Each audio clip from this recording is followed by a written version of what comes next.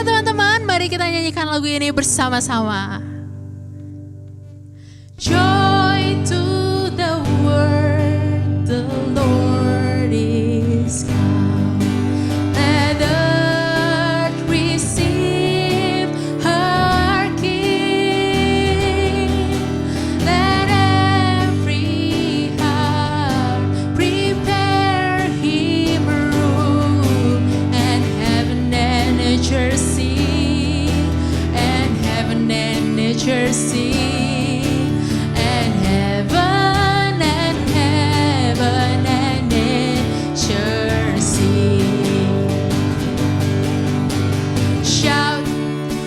Joy for the Son of God is the saving one.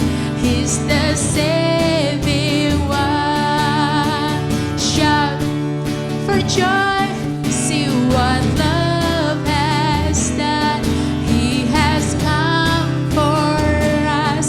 He's the saving one. Joy. Savior is.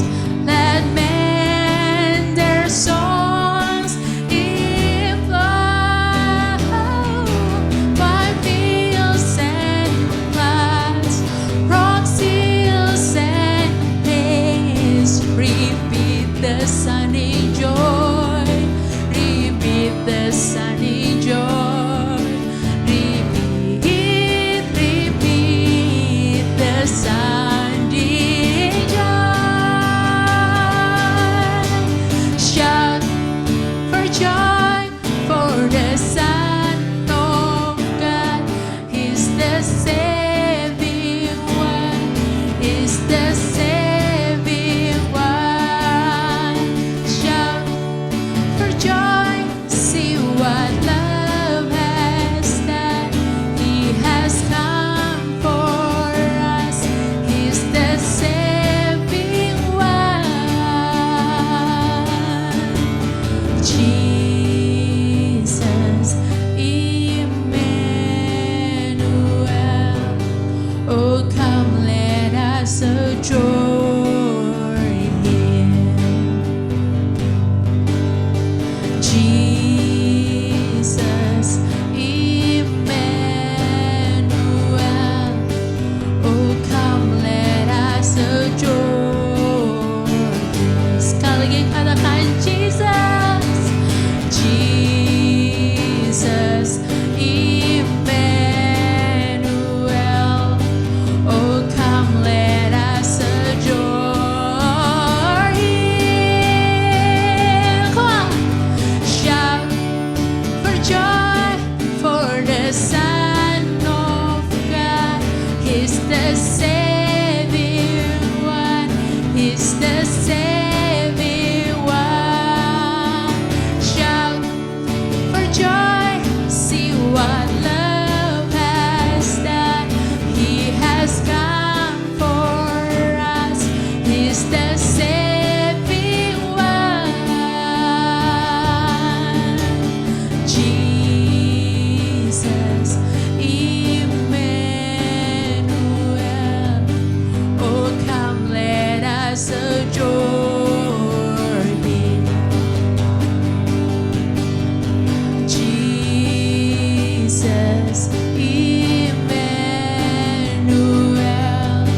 Oh, come, let us adore Him. Jesus, Emmanuel. Oh, come, let us adore Him. Halo teman-teman semua, Merry Christmas and Happy Sunday. Gak kerasa ya, akhirnya kita udah mau akhir tahun, udah mau tahun baru lagi.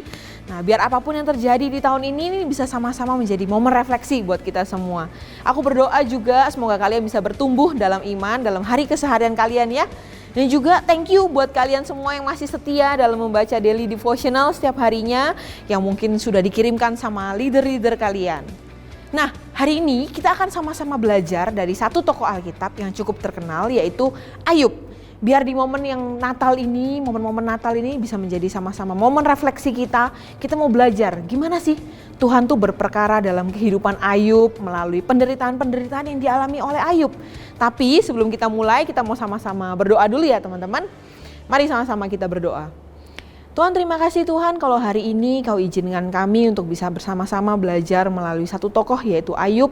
Biarlah melalui penderitaannya Tuhan, kita mau sama-sama belajar dan kita juga mau sama-sama menyadari bahwa kasih dan anugerah-Mu lebih besar Tuhan daripada apapun itu. Terima kasih Tuhan juga kalau misalnya kami masih bisa sama-sama beribadah secara online Tuhan. Kami berdoa biarlah hadirat-Mu apapun, walaupun kami di rumah Tuhan tetap sungguh nyata Tuhan dalam hati kami. Terima kasih juga Roh Kudus, hanya di dalam nama Tuhan Yesus kami berdoa dan mengucap syukur, amin.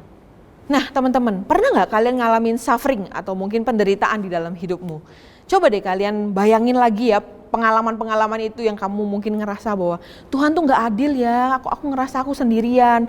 Kenapa sih kok Tuhan tuh izinkan orang tuaku tuh meninggal pada saat aku masih usia segini? Kenapa sih Tuhan kok izinkan papa mamaku tuh bangkrut di kondisi-kondisi COVID kayak gini? Kenapa sih kok Tuhan izinkan aku tuh ada di sekolah yang kayak sekarang ini? Atau kenapa sih Tuhan, kenapa ini dan kenapa itu kayak gitu ya? Pernah gak kita pikirin bahwa penderitaan-penderitaan kita itu mempengaruhi kita di jangka panjang? Dan itu juga mendewasakan iman kita di jangka panjang juga. Hari ini kita mau sama-sama belajar dari kisahnya Ayub. Mungkin beberapa dari kamu pernah dengar nih yang namanya Ayub kayak gitu ya, di dalam sekolah minggu mungkin atau di youth gitu mungkin ya. Ya betul, Ayub adalah salah satu tokoh di Alkitab yang hidupnya tuh cukup suffering. Hidupnya dia tuh cukup sengsara. Dia tuh dulunya jaya gitu ya, dia punya anak ada 7, tiba-tiba Tuhan izinkan anaknya mati semua. Ya hanya tersisa dia dan juga istrinya. Kalau misalnya kalian baca juga, istrinya tuh bahkan menyuruh dia tuh untuk menyangkal Tuhan juga. Jadi kayak benar-benar drama-drama di Indosiar, di RCTI kayak gitu ya. Yang tadinya dia makmur kayak gitu, terus habis itu dia hidupnya jadi jatuh miskin kayak gitu. Kehilangan semua keluarganya. Tapi kita sama-sama kita mau belajar dari penderitaan dia. Gimana Tuhan tuh menunjukkan kasih dan juga anugerahnya melalui kehidupan Ayub. Di dalam kisah Ayub ini kita juga melihat bahwa Tuhan tuh mendewasakan karakternya dia secara mendalam. Nah setan tuh mungkin merupakan musuh terbesar Tuhan yang mungkin setan tidak akan bisa melakukan hal apapun tanpa seizin Tuhan. Kalaupun Tuhan izinkan untuk setan bisa bertindak, itu semua ada batasannya. Setan misalnya dia nyentuh Ayub, dia nggak akan bisa sampai mengambil nyawanya Ayub. Karena itu memang semua ada batasannya. Ketika setan tuh berupaya untuk membuat Ayub mengutuk Tuhan, dengan cara gimana? Ngambil keluarganya, anaknya mati semuanya, dan juga harta bendanya juga hilang semua, itu tapi gagal. Tuhan mengizinkan setan untuk coba lagi, dengan cara gimana? Ini semua atas izin Tuhan ya teman-teman. Dengan cara dia sakit fisik. Kita mau sama-sama baca ya di Ayub 2 ayat 4-9. Lalu jawab iblis kepada Tuhan, kulit ganti kulit, orang akan memberikan segala yang dipunyainya, ganti nyawanya. Tetapi ulurkanlah tanganmu dan jamalah tulang dan dagingnya. Ia pasti mengutuki engkau di hadapanmu. Maka firman Tuhan kepada iblis, nah ia dalam kuasamu, hanya sayangkan nyawanya. Kemudian iblis pergi dari hadapan Tuhan, lalu ditimpanya Ayub dengan bara yang busuk dari telapak kakinya sampai ke batu kepalanya. Ayub lalu mengambil sekeping beling untuk menggaruk-garuk badannya, sambil duduk di tengah-tengah abu. Maka berkatalah istrinya kepadanya, masih bertekunkah engkau dalam kesalehanmu? Kutukilah Allahmu dan matilah. Bayangin teman-teman, bahkan istrinya Ayub sendiri menyuruh Ayub untuk mengutuki Tuhan karena segala penderitaan yang dialami sama Ayub.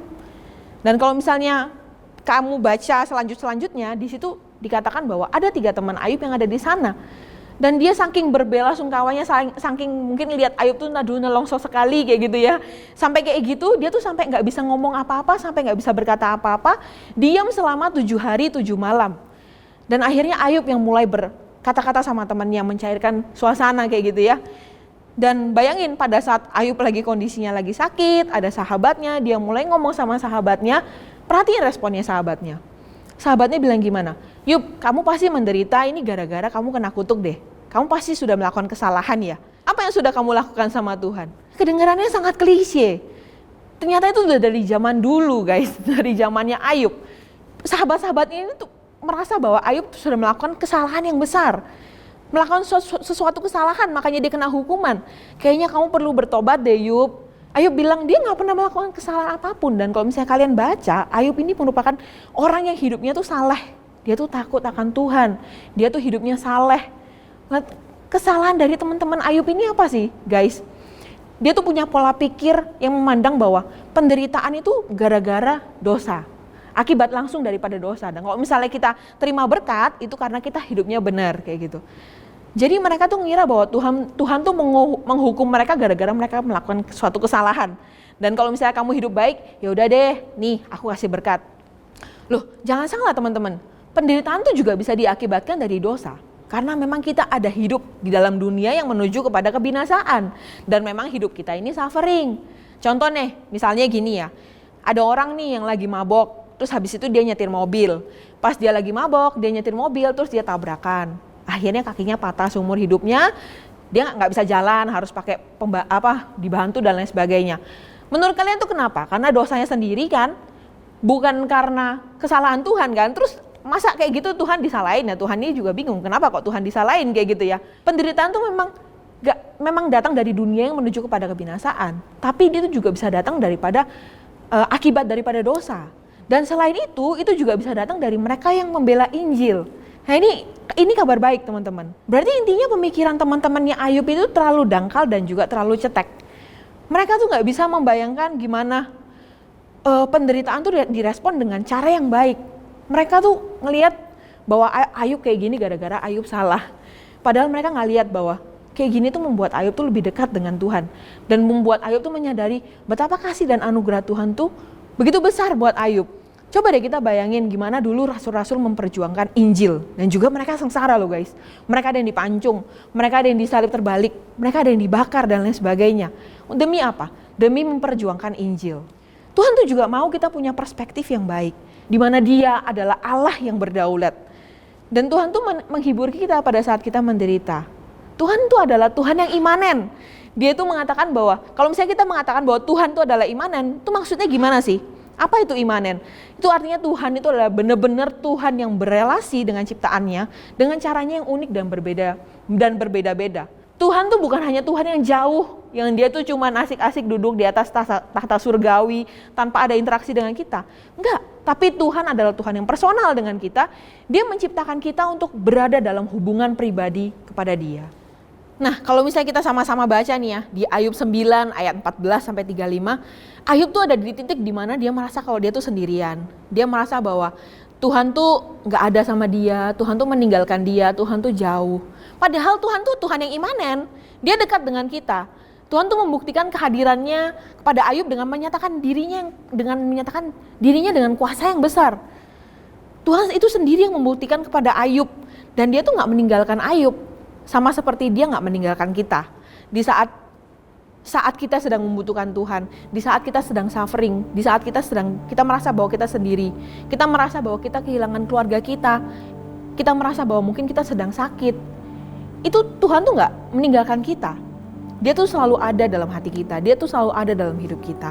Dan kita tahu ini semua gara-gara Tuhan tuh menjawab seruan Ayub dalam perantaraannya melalui Kristus. Ini luar biasa teman-teman. Yesus adalah perantara kita yang luar biasa. Dan Dia itu yang membawa kita kepada Bapa melalui penderitaannya di atas kayu salib. Dan itu bukan merupakan hal yang mudah, bukan merupakan hal yang murah. Dan melalui kuasa Roh Kudus, Tuhan tuh berjalan bersama-sama dengan kita, mengalami setiap penderitaan yang kita alami hari ini. Dan pada masa itu, Ayub tuh, dia mengidamkan seorang sahabat yang bisa mengerti penderitaannya, yang bisa mendoakan dia di saat dia sedang susah. Dan kita tahu bahwa ada perantara di antara kita dengan Allah Bapa. Dia ada di saat kita sedang kesusahan. Dia ada di saat kita sedang menderita. Siapakah orangnya? Dia adalah Yesus Kristus. Dia adalah teman kita itu. Dan kalau misalnya sama-sama kita baca di Yohanes 15 ayat 13, dia berkata bahwa tidak ada kasih yang lebih besar daripada seseorang yang menyerahkan hidupnya untuk sahabatnya. Dan itu adalah Yesus Kristus itu sendiri. Coba teman-teman, saat ini coba kita bayangkan kembali penderitaan-penderitaan yang ada dalam hidupmu. Apakah Tuhan menggunakan penderitaan itu untuk membawamu kepada hubungan yang lebih baik kepada Tuhan? Atau itu bisa mendewasakan imanmu? Ataukah penderitaanmu itu membuat kamu lebih dekat dengan Tuhan dan juga membuatmu menyadari betapa besarnya kasih Tuhan dalam hidupmu. Tuhan ada di sana, Tuhan ada di dalam setiap penderitaanmu. Karena Dia adalah Tuhan yang imanen, Dia adalah Tuhan yang personal, Dia adalah Tuhan yang baik buat kita. Kita mau sama-sama refleksikan pada momen Natal ini ya. Dan juga kita mau sama-sama bisa menjelaskan kepada orang-orang di sekitar kita bahwa Tuhan itu adalah benar-benar Tuhan yang kita butuhkan di dalam hidup kita. Even hidup kita itu gak lepas daripada penderitaan. Aku gak bilang habis ini oke, gak ada penderitaan, enggak. Tapi even di dalam penderitaan, kita tahu bahwa hati kita itu ada di dalam Tuhan. Dan juga kita bukan lebih fokus kepada apa berkatnya dan juga seseorangnya itu, tapi kita lebih fokus kepada Tuhannya itu sendiri yang memberikan berkat itu buat kita. Jadi bukan kita fokus kepada harta terbesarnya itu, bukan kita fokus kepada seseorangnya itu, tapi kita fokus kepada Tuhannya. Amin teman-teman. Dan berkat itu juga yang paling terbesar adalah Tuhan Yesus itu sendiri yang Dia memberikan dirinya untuk kita. Hari ini kita belajar sama-sama bagaimana anugerah Tuhan tuh ada di dalam setiap kesengsaraan. Karena Dia adalah Tuhan yang imanen. Dia Tuhan yang dekat dengan kita. Dia bukan hanya Tuhan yang ada di surga. Dia bukan hanya Tuhan yang gak turun. Tapi Dia tuh Tuhan yang merelakan anaknya yang mati buat kita. Dan itu merupakan kado yang terbesar buat kita teman-teman. Biarlah di momen Natal ini kita bisa sama-sama mengingat kembali, merefleksikan kembali bagaimana pengorbanan Kristus yang luar biasa di atas kayu salib demi dosa kita, agar kita tuh bisa hidup dan kita tidak mati. Dan itu juga bisa menguatkan kita dan juga menyadarkan kita bahwa kita gak sendirian dalam hidup ini. Aku gak tahu keadaanmu sekarang gimana, apakah kamu sedang menderita atau kamu sedang mengalami apapun, tapi yang aku tahu bahwa Tuhan in control of everything. Dia izinkan semua terjadi dan semua aman di dalam kendalinya. Amin teman-teman. Mari kita sama-sama berdoa ya teman-teman. Sejenak kita mau merefleksikan bagaimana mungkin setiap penderitaan-penderitaan yang kamu alami saat ini, kita mau sama-sama bawa itu ke Tuhan. Kita mau sama-sama berdoa. Mungkin hidup ini gak makin gampang dengan segala kondisi yang ada, dengan segala situasi yang ada. Tapi kita mau sama-sama menyadari bahwa semua ini dalam kontrolnya Tuhan dan semua ini dalam kendalinya Tuhan. Kita mau sama-sama berdoa ya teman-teman. Tuhan, terima kasih Tuhan kalau misalnya hari ini Kau izinkan kami untuk bisa sama-sama ada dalam setiap penderitaan kami Tuhan. Kami tahu setiap penderitaan yang kami alami ini adalah penderitaan-penderitaan yang membawa kami semakin dekat dengan Engkau. Setiap penderitaan ini bisa membawa kami semakin mendewasakan diri kami dan juga membuat kami menyadari betapa besarnya kasih dan anugerah-Mu dalam hidup kami Tuhan. Biarlah di momen Natal ini Tuhan kami menyadari Tuhan bahwa Engkau adalah Allah yang begitu baik Tuhan. Engkau yang Allah yang tidak menyayangkan anak-Mu. Bahkan Kau merelakan anak-Mu yang tunggal untuk mati buat kami. Demi menebus setiap dosa kami Tuhan. Kami mengucap syukur Tuhan atas segala kebaikan yang Kau berikan buat kami. Terima kasih Tuhan untuk segala pengorbanan-Mu Tuhan. Dan biarlah kami bisa sama-sama menyadari bahwa kami tidak bisa hidup tanpa Engkau Tuhan. Dan terima kasih karena Engkau adalah Allah yang personal buat kami. Terima kasih untuk penyertaan-Mu yang sungguh nyata Tuhan dalam kehidupan kami. Terima kasih Tuhan. Kami berdoa hanya di dalam nama Tuhan Yesus. Amin. Oke teman-teman, firmannya udah selesai. Mungkin kalau misalnya kalian ada yang mau didoakan, ada kebutuhan-kebutuhan doa yang mungkin kamu mau kita untuk doakan, kita rindu untuk mendoakan kamu. Kamu mungkin bisa akses link yang ada di layar atau bisa scan QR code juga yang ada di layar. Kita rindu untuk mendoakan kamu semua ya teman-teman. Dan jangan lupa untuk bisa sama-sama kita beribadah lagi secara online maupun secara onsite dalam minggu depan. Oke? See you guys and happy Sunday. Merry Christmas.